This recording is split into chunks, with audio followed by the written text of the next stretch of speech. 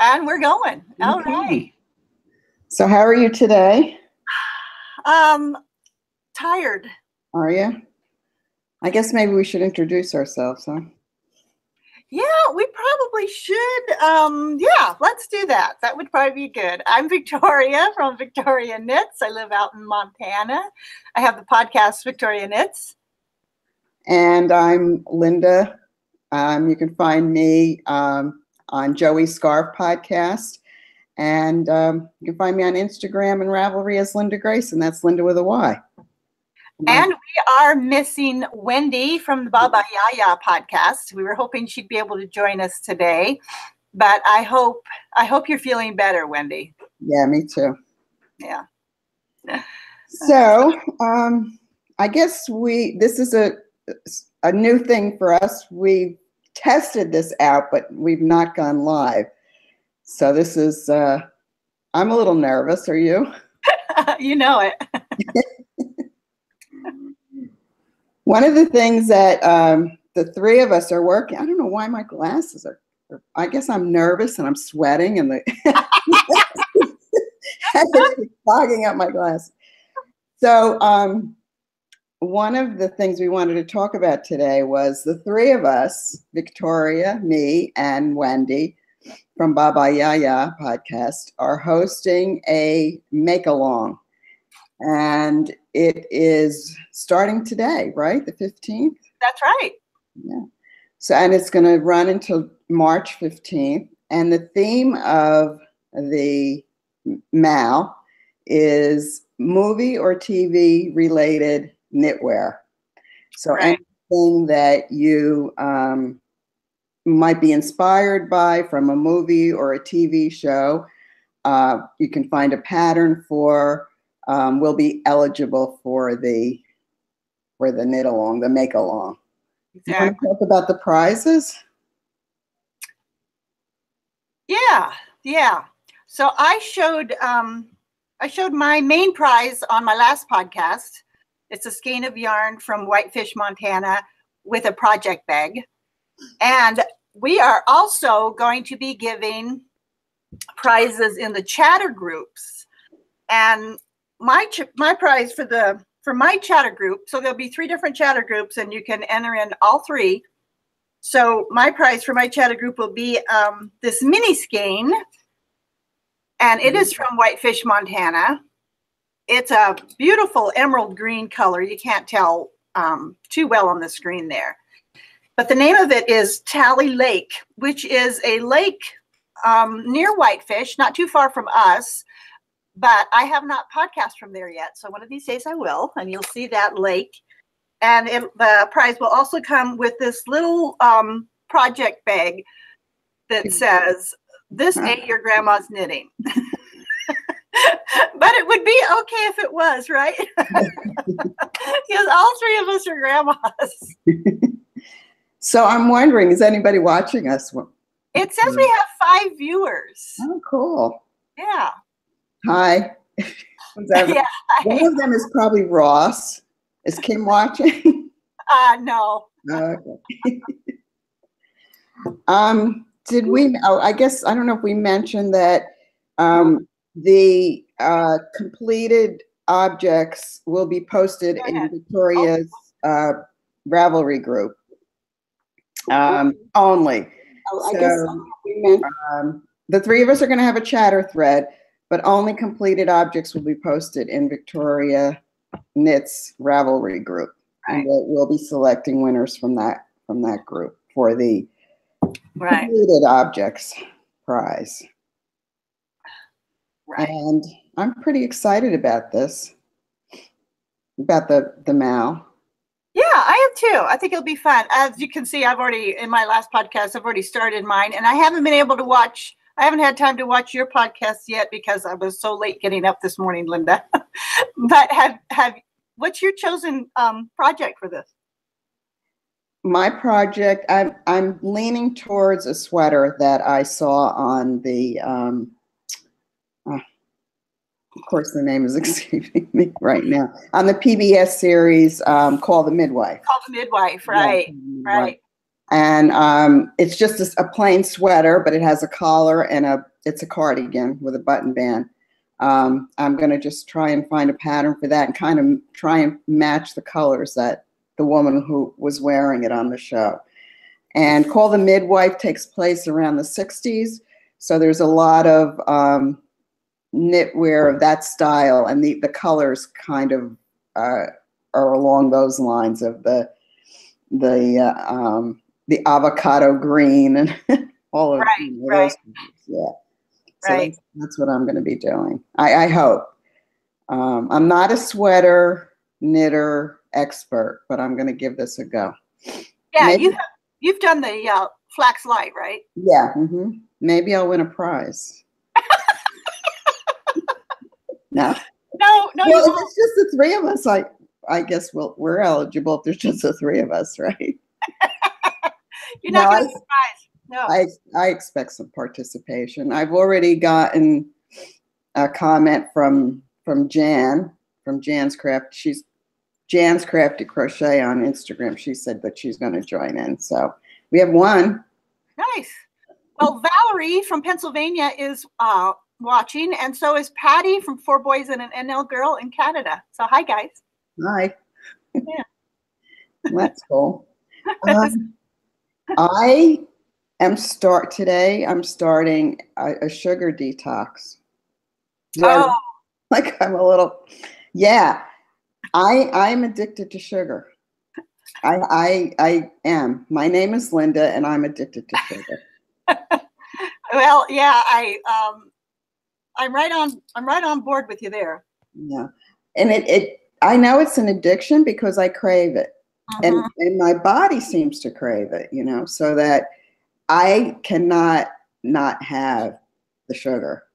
So we'll see how I go. It's supposed to be a month-long detox, and today's my first day. So far, I haven't had any sugar. You can do it. You can do it. I've detoxed from sugar before, but yeah, always ended up going back. So the one that I chose was really, really strict, that you couldn't even have fruit for the first 3 days. No dairy. I can't do no dairy because I love cheese, and so I don't know why no dairy, but I'm going to do a microwave version of it. I figure even if I can just cut out the cookies and that kind of stuff just to start off. Absolutely. I know, most yogurts have a lot of sugar in them. So I have to tell you, you have to set aside an hour and 5 minutes for my podcast. You told who? I have to tell you. Oh, an hour and 5. Yep. Well, because I'll turn your little playback speed up really fast, Lynda. I'll cut you down to 30 minutes. Okay. But Ross was in the first segment, and forget it, that was 35 minutes just with him. So I got it uploaded during the night. It took 5 hours from the raw video to convert it to the Apple MP whatever version. It's 5 hours. So it was just going all night long. And then this morning I was hoping that when I got up this morning that it would complete it, and it did. And then it only took, well, I guess because whatever conversion they do, it kind of condenses it or whatever. So to upload it to YouTube only took like an hour and a half, which I guess is still a long time, right? Yeah, that's quite a while. I think mine is probably an hour process for the whole thing, and that's for about a 40-minute podcast. So, wow, you're going through a lot of converting there. Yeah. So anyway, I had a lot of fun doing my podcast, this one. Good. Because Ross was on. He makes it fun. Good. Yeah. It should be fun. And when you watch it, you'll see at the end, you have to stick to the end, because I am also running a contest just for me, for my podiversary, because it's my 1-year podiversary. So I'm running a little contest at the end. So be sure and watch it. Nice. Hang in there with me. You can speed me up real fast if you want to. I won't. I won't. I was going to bring some knitting with me, and at the last minute, I remembered that we were going to do that, and I cannot find my knitting. I only have one thing, and that's a pair of socks, and I don't know what I did with it. Did Rico run off with them? No, I don't think so. Maybe Ross did. I don't know. Well, I brought some knitting, but I haven't started it on the podcast yet. But I'm working on another pair of socks. Nice. Yeah. Is that yarn? Oh, it's striping. Yeah. Yeah. I think I didn't know it was going to be self-striping. There's so many colors in it. I didn't realize it was going to be. It's a Barocco. Oh. And I'm just doing a simple 2x2 ribbing on it because I wanted something really mindless for in front of the TV. It looks like it's more patterned than striping, right? Yeah, it is patterned, but the pattern is definitely striping. I think they're going to be really pretty. I finished those socks from the Cozy Knitter yarn that you gave me, Patty. Those are all done. I finished those yesterday, and so I had to find another pair of socks to do. So Rockster is here. That's Ross. Oh, that's Ross. I'm like, Rockster? Who's Rockster? So can you see, you can see who's watching, right? And I'm talking to them a little bit. Valerie said, you have so many wonderful patterns in the make-along bundle. I must get started. So, yeah, I'm really hoping that we get some entries into that. At least 6 or 3. 3 would so I don't see any activity at all. So I guess it's all okay. And Patty says, nice socks and yay for a sugar detox. You're brave. Yeah, we'll see how it goes.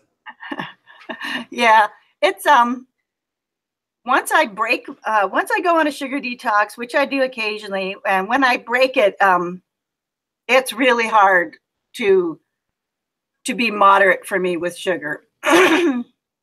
So what kind of thing do you like to eat? Cookies or cake or just anything sweet? Just keep going. Just yeah. Cookies, cake, candy, you name it. Yep, I like it. Yep. I don't know if anybody even cares about this, but I chew a lot of gum. I chew the sugarless gum, but it's still very sweet. And I think that doesn't help. So I'm cutting that out too, which is really, I think, going to be the challenge for me today, to not have any of my gum. Yeah, I think the the sugar-free stuff is definitely a good thing to get rid of too, because I think that kicks in that sugar habit too, even though it's sugar-free. I really think it does. Yeah, the only thing I don't do is drink soda. Yeah, I don't drink soda. Yeah, we haven't drank soda in years. We gave that up a long time ago. We realized that was really bad for us, so we stopped doing that. What is the weather like there today? It's really foggy. It was fairly warm yesterday, and we were getting a lot of melting, but it was foggy all day yesterday, and it looks like it's going to be foggy again today. So the temperatures are above freezing, I guess? I don't know. What's the temp right now, honey? 26. Oh. So, no. Yeah, it's supposed to be sunny today, but it's overcast, and it's still pretty cold here. We might get some white stuff tomorrow or the next day, but like freezing rain kind of thing. We're supposed to get some more snow on Thursday. Valerie says, I need to do a sugar detox, but my dear husband loves cookies, etc., so I'm always tempted. Valerie, I am right there with you on that one. Kim is so thin, you would not think he liked dessert so much, but he loves desserts. He likes to have a dessert every day, and yet he doesn't, he's very good at not gaining weight on that stuff, but he almost panics if he runs out of some kind of dessert around the house. Yeah, Ross is the same way. Rockster just said cookies are a food group. Yeah, I guess he thinks that. That's true. If they had cranberries in, he'll justify it some way. That's soup if it has cranberries in it. You know? Well, I'm anxious to get going on my sweater because I have been wanting to knit a sweater for a while, and I keep talking about I'm going to. But now with this make along, I think I'm really gonna today. I think I'm gonna cast on something on today. Nice, nice. I have to admit, I cast on the Japanese sleeve sweater. It's a cardigan. A couple months ago, I think it was, and I was going to do something really what I thought was unique and smart. But I cast on the sleeves in linen, and it's what it is. It's an inset lace panel that goes all the way down the sleeve. Mm-hmm. I cast it on because I had this gorgeous burgundy colored linen yarn I thought would look really pretty. And then I was going to make the sweater in some colors I have from Hannah Made It yarn. And the linen insert just did not work. So I'm going to have to start that sweater completely over. And I'm not sure I have the energy to do it, but it's a cardigan. It's really pretty. That's my sad sweater story. I love the color work that you do. It just and Wendy did a pair of mittens too, and I keep that's going to be my next thing. I'm going to do the sweater, and then I'm going to do the color work. I've done a little bit. I think 2 years ago there was a cowl out for Rhinebeck, and it was sheep and I think a llama around the cowl. Mm-hmm. And I did that, and I was able to do it. And I think it only had, it probably just had 2 colors or something like that. So those mittens though, they look so complicated. They're not, I think you'll be surprised at how not complicated they are. Yeah. I really do. And I'm thinking, how does it work it's in the round. Mm-hmm. So it's remember how you did your flax light sweater when you had that panel of oh, okay, the garter stitch? Yeah. You just put a little marker in between the front and the back sides of the pattern, and then you switch the pattern for the other side. You'll be surprised, Lynda, how easy it's really not that bad. And I can knit, I can throw, and I normally knit continental stitch, so I can knit with both hands. So I don't know if that is an advantage, or I don't know how you do it. Yeah. I think it definitely is. I am one of those old school people who throw, and when I knit color work, I drop one of the colors and pick the other one up, and everybody, I'm sure, is rolling their eyes when they hear this, saying, good heavens, that's ridiculous. But it's what I'm comfortable with, and it works for me. So I figure, I don't know. It's fine. I get it done, and it doesn't bother me. So. And the other interesting thing, I was watching Wendy's podcast, and she does hers inside out.